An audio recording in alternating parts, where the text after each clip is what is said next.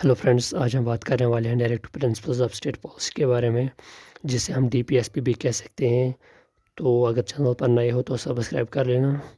तो चलो टॉपिक को देखते हैं।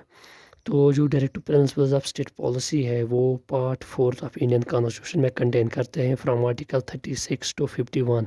जो फ्रेमर्स ऑफ द कॉन्स्टिट्यूशन थे, उन्होंने ये आइडिया बोरो किया था फ्रॉम इरिश कॉन्स्टिट्यूशन ऑफ 1937, जिसने यानी इरिश कॉन्स्टिट्यूशन ने कॉपी किया था ये फीचर फ्रॉम स्पेनिश कॉन्स्टिट्यूशन से। तो doctor B R Ambedkar describe करते हैं दीज प्रिंसिपल्स को as novel features of the Indian constitution. और जो डायरेक्टिव प्रिंसिपल्स हैं अलॉन्ग विथ फंडामेंटल राइट्स, ये कंटेन करते हैं philosophy of the constitution and is the soul of the Indian constitution. यानी इन दोनों को सोल ऑफ इंडियन कॉन्स्टिट्यूशन भी कहा जाता है। तो जो ग्रैनविल ऑस्टिन था, वो डिस्क्राइब करता है directive principles and fundamental rights को as they are conscience of the constitution.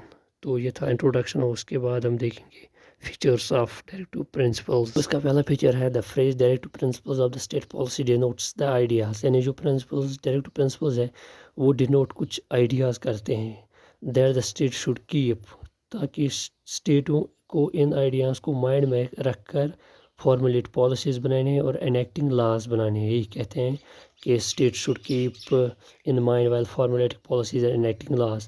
और जो these are the constitutional instructions, ये कॉन्स्टिट्यूशनल इंस्ट्रक्शंस है और recommendations to the state in legislative, executive and administrative matters.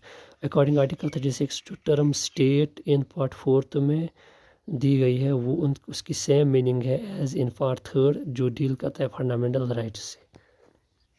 तो उसका दूसरा part the directive principles resembles the instrument of instructions. जो directive principles है उनको कहते हैं instrument of instructions enumerated in the government of Indian act of 1935। In the words of the doctor B R Ambedkar, directive principles और like the instrument of instructions. Doctor B R Ambedkar भी कहता है कि directive principles these are like the instrument of instructions which were issued to the governor general and to the governors of the colonial of India by the British government under the Government of Indian Act 1935. What is called direct principles in merely another name for the instrument of instructions. के बाद तीसरा point, the direct principles constitute a very comprehensive economic, social and political programme for the modern democratic state. यानी for the modern democratic state जो direct principles हैं वो constitute करते हैं very comprehensive economic, social and political programmes. तो उनका जो M होता है एक्चुअली वो होता है to realize the high ideals of justice, liberty, equality and fraternity as outlined in the preamble of the constitution. और वो actually वो they want to establish a welfare state and not a police state which existed during the colonial era. तो उसके बाद चौथा point आता है the direct principles are non-justiciable in nature, that is they are not legally enforceable by the courts for their violation. Therefore the government, central, state and local cannot be compelled to implement them. Nevertheless, the Constitution Article 37 itself says that these principles are fundamental in the governance of the country and it shall be the duty of state to apply these principles in making laws. यानी ये कहता है कि direct principal जो है वो non justiciable nature है।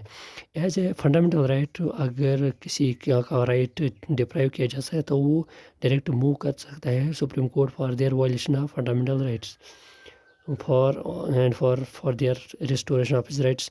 But जो डायरेक्ट प्रिंसिपल होते हैं वो नॉन जस्टिसेबल होते हैं, यानी उनके लिए legally enforceable by the courts नहीं होते हैं फॉर देयर वायलेशन।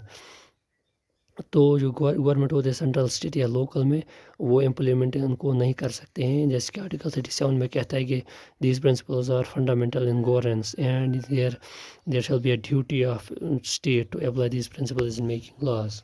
उसके बाद क्लासिफिकेशन के बारे में बात करेंगे। जो कॉन्स्टिट्यूशन है वो कंटेंट कोई क्लासिफिकेशन नहीं करता है, लेकिन however on the base of content उसके पास 3 ब्रॉड कैटेगरीज है, जिसमें सोशलिस्ट, गांधीयन और लिबरल आता है।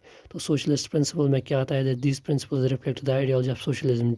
ये प्रिंसिपल्स रिफ्लेक्ट करते हैं आइडियोलॉजी ऑफ सोशलिज्म और ये ले डाउन करते हैं to framework the democratic socialist state, और ये प्रोवाइड करते हैं economic justice towards welfare state. और उनका इसका पहला जो पॉइंट है, to promote a welfare state of the people by securing a social order permitted by justice, social, economic and political, and to minimize inequalities in income, status, facilities and opportunities। Article 38 जो भी कहता है यानी कहता है कि promote करते हैं, यानी एस्टेब्लिश करते हैं welfare state for the people by securing a social order permitted by just social economic and political and to minimise inequality in income status facilities and opportunities, जो आर्टिकल 38 में मौजूद है।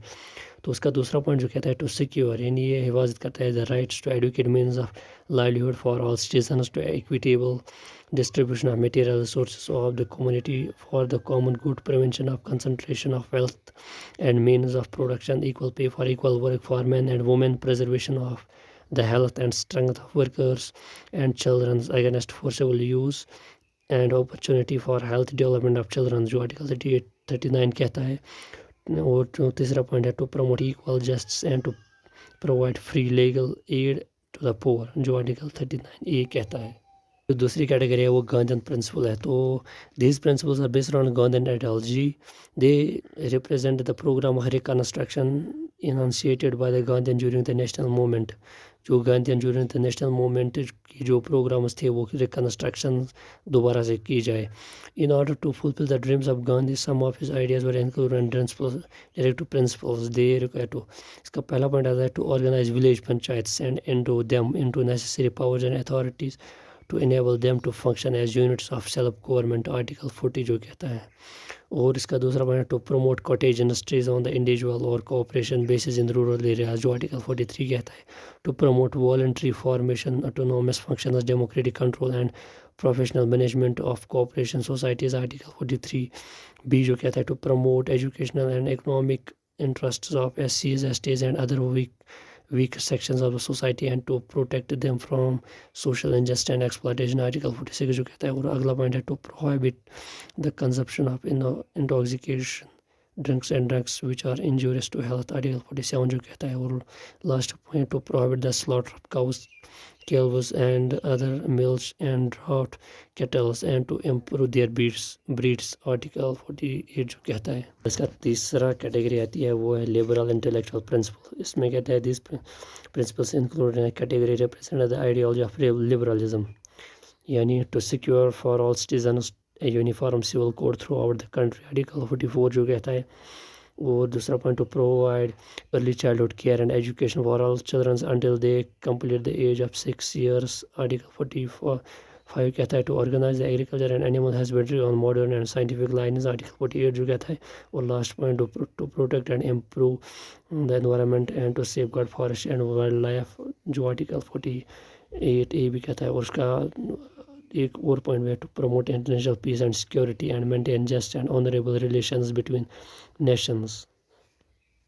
तो ये थी जानकारी about directive principles of state policy. और उसके बाद हम देखेंगे कि न्यू डायरेक्टिव प्रिंसिपल्स भी ऐड किए गए हैं। सेकंड अमेंडमेंट एक्ट ऑफ 1976 से 4 न्यू डायरेक्टिव प्रिंसिपल्स ऐड किए गए हैं ओरिजिनल लिस्ट में। तो उसका पहला आता है to secure opportunities for health development of children, जो आर्टिकल 39 में आता है। To promote equal justice and to provide free legal aid to the poor, article 39A जो कहता है to take step to secure the participation of workers in the management of industries, article 43A जो कहता है to protect and improve the environment and to safeguard forest and wildlife, article 48 जो कहता है। अगर वीडियो अच्छी लगी तो सब्सक्राइब कर लेना। Thanks for watching.